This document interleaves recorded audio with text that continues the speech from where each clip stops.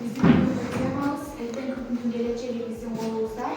Ал эми максатыбыз айлана чөйрөдөгү таштандылардын адамдарга тийгизген таасирин изилдөө жана ошондой эле таштанды урналарды орнотуу жана кайра иштетүүгө жиберуун талкуулоо.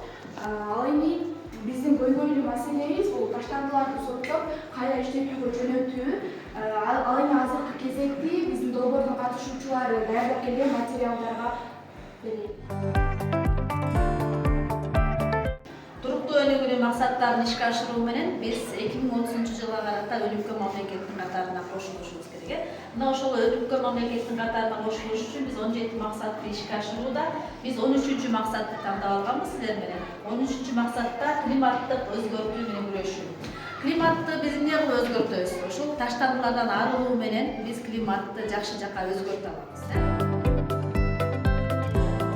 таштанды деген бул сериялардын ар кандай материалдары, чакалыктары, таштандын көп түрлөрү бар. Мисалы кагаз, айнек, кийим-кечектер эскирип калган. Тамак аш калдыктары таштандардан көп оорулар да келип чыгат. Кыргызстанда 369 таштанды иштаган жер бар, бирок анын тилекке каршы 61 гана мамлекет тарабынан кабыл алынган.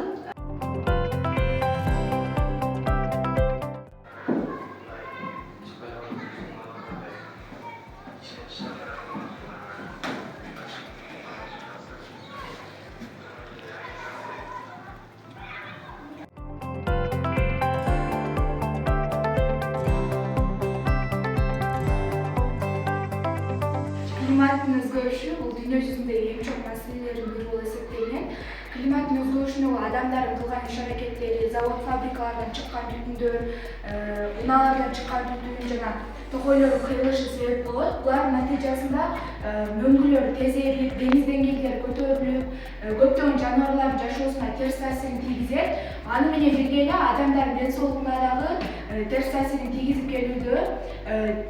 Климаттын өзгөрүшү менен жаан-чачын көп жаап, же болбосо кургакчылык болуп, айыл чарбасына жана мал чарбачылыгына дагы өтө чоң таасирин тийгизет. Мисалга ала турган болсок, мурдакы затта кар көп жаап, кыш узакка созулчу. Ал эми азыркы убакта кар өтө аз жаап, кыш кыска болуп жатат. Озон катмары бул жерден 10-50 километр алыстыкта стратосфера катмарында жайгашкан.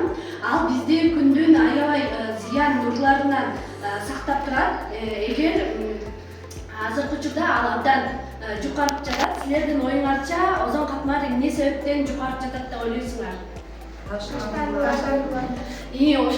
таштандылардын айынан биздин азыркы жашап жаткан планетабыз ушундай абалдарда болуп турат. Ыйлап жаткан абалдарда биз ошол себептен азыр таштандылардын айынан озон катмары жукарып жаткандыктан биз таштандыларды ушундай урналарды орнотуп, таштандыларды сорттоп салып, таштандылардан арылуу менен ушундай биз планетабызды ушундай жакшы абалга алып келе алабыз. Кагаз таштандын экологияга претензиясы бар.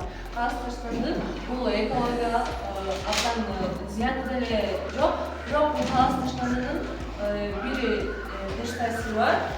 Себеби ал деген токойлорду куюу. Токойлорду куюуда биз көп санда токойлорду куябыз, андан көптөгөн кагаздар чыгат. Электроника деген бул дүйнө калкы геометриялык прогрессия менен көбөйдү. Демек биз азыркы учурда колдонуп жаткан телефон, телевизор, ноут жана башкалардын баардыгы кирет. Эски техниканы биз таштанда ыргытсак, анда чыккан улуу заттар адамдарга неврология оорусун, атүгүл раковосуна чейин алып барат. Бул ошондой эле батарейка бул дүйнөдөгү эң кооптуу нерсе болуп эсептелет. Себеби анын курамында кадмий, цинк, сымап жана башка элементтери көп. Ошондуктан бул адамдардын ден соолугуна зыян келтирет. Жана ошондой эле электроникада буларды эң талаага же болбосо таштандыларга таштабашыбыз керек. Себеби бул электроникалар кайра иштетүүгө болбойт. Андыктан биз буларды кайда тапшырууга болот же кимге өткөрүп беребиз деген суроо жаралышы мүмкүн. Ушул суроодо биз кандайдыр бир техникада өткөрүү бар жана ошол жерден биз ушул эски техниканы өткөрүп сатсак да болот. Жана ошондой эле бул жерде таштанды унаалар, алардын ичинен биз кооптуу таштандыларга салуубуз зарыл. Кайра иштетилүүчү продукция болуп колдонулгандан кийин талкаланып же жараксыз болуп калган материалдарды кайра иштетилүүчү продукция деп атайбыз. Мындай продукциялар менен экологиялык жактан таза жана ресурстарды үнөмдөөгө жардам берет. Пластик, кагаз, айнек, темир, алюминий, органикалык калдыктар, илим баштыктары кайра иштетилип, үйгө керектүү курулуш материалдары иштетилип чыгат.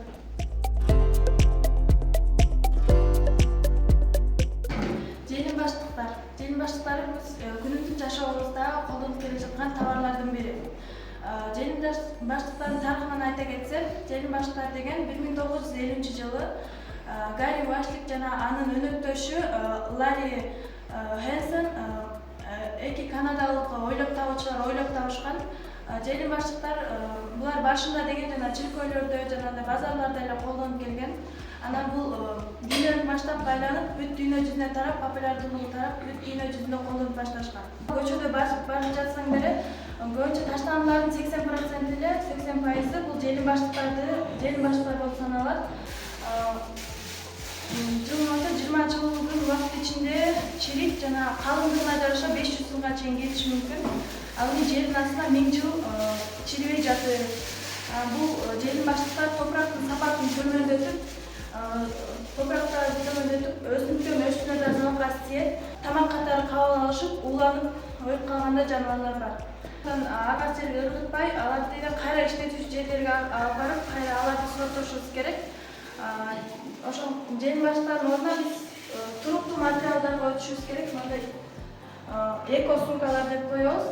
Туруктуу материалдарга биологиялык жактан таза, экологиялык жактан ажырай турган материалдарды алабыз. Мисалга, кагаз баштык, кездеме баштык, мындай эко сумкаларды алабыз.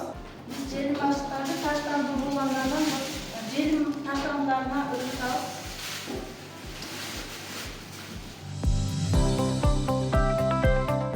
Азыр силерге чирим өнөтүн айтып берем. Азыр чирим өнөтү боюнча жайгаштырабыз. Бул чай баштыкчасы 1 айда чирик. Бананын кабыктары 6 жумада чирик. Алманын кашеги 2 айда чирик. Бул жүн байпак 1 жылда чирик. Бул желим баштыкча 20 жылда чирик. Бул китеп журналдар 50 жылда чирик.